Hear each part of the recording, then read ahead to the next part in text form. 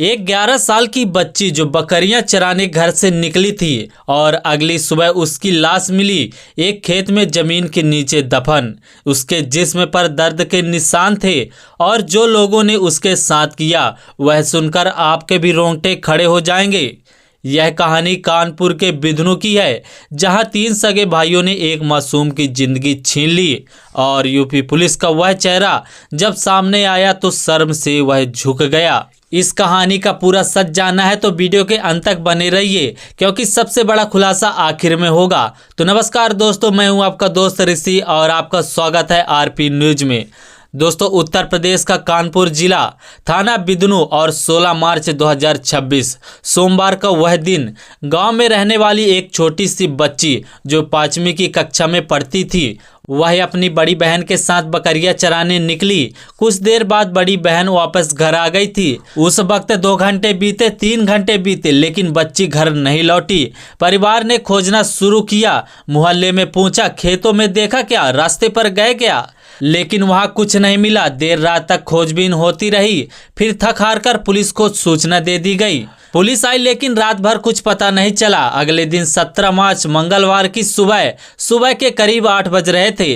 घर में सिर्फ 500 मीटर दूर एक खेत में ताजी खोदी हुई मिट्टी दिखी। परिवार का दिल बैठ गया। उन्होंने उसे खोदना शुरू कर दिया और उस मिट्टी के नीचे निकली वही मासूम सी बच्ची, जिसे ऐसे हालात में दफनाया गया था जिसे सोचकर आपके भी रूह कांप जाएंगे। दोस्तों, पुलिस मौके पर पहुंची और सबको बाहर निकाला गया। पोस्टमार्टम रिपोर्ट ने जो बताया वह किसी के भी होश उड़ा सकता है। बच्ची के साथ दुष्कर्म किया गया था। उसके गले पर दबाव के निशान भी थे, यानी गला दबाकर हत्या की गई थी। चेहरे पर, सीने पर, पीठ पर और चोटों के निशान और प्राइवेट पार्ट से लगातार खून निकल रहा था। दोस्तों, यह दर्द शब्दों में बयान नहीं होता, लेकिन यही सच है। लेकिन सवाल था कि यह सब किसने किया। ग्रामीणों और परिजनों ने शक की सुई घुमाई पड़ोस में रहने वाले 3 भाइयों की तरफ। पुलिस उनके घर पर पहुंची, तलाशी ली। पहले तो तीनों भाइयों ने गुमराह करने की बहुत ज्यादा कोशिश की, लेकिन जब दोबारा जांच हुई, घर के अंदर मिट्टी में लगे कपड़े मिले और फिर टूट गया झूठ का किला।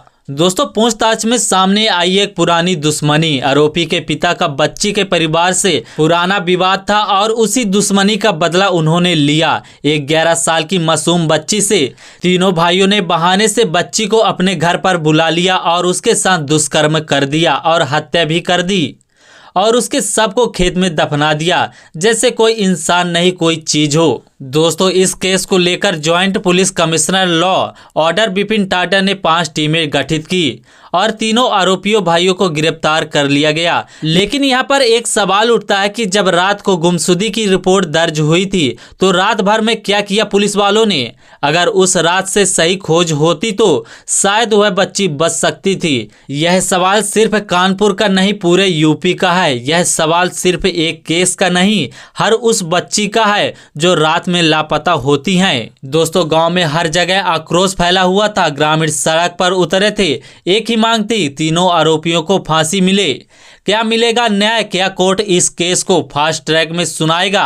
क्या इस बार भी सिस्टम उस मासूम को न्याय दिला पाएगा? जवाब तो वक्त ही देगा, लेकिन सवाल आज पूछना जरूरी है। दोस्तों, एक बच्ची जो बकरियां चराने निकली थी वह घर कभी नहीं लौट पाई। उसका कसूर क्या था? कुछ नहीं था, बस वह किसी की दुश्मनी का शिकार हो गई। इस देश में जब तक ऐसी खबरें आती रहेंगी, हमारी जिम्मेदारी है कि हम आवाज उठाते रहें। अगर आप चाहते हैं कि इस बच्ची को न्याय मिले तो इस वीडियो को ज्यादा से ज्यादा शेयर करें, इस चैनल को सब्सक्राइब करें और साथ ही साथ बेल आइकन को ऑल पर कर लीजिएगा, ताकि ऐसी हर खबर सबसे पहले आप तक पहुंचे। मैं आपसे मिलूंगा अगली खबर के साथ, तब तक के लिए आवाज उठाते रहिए।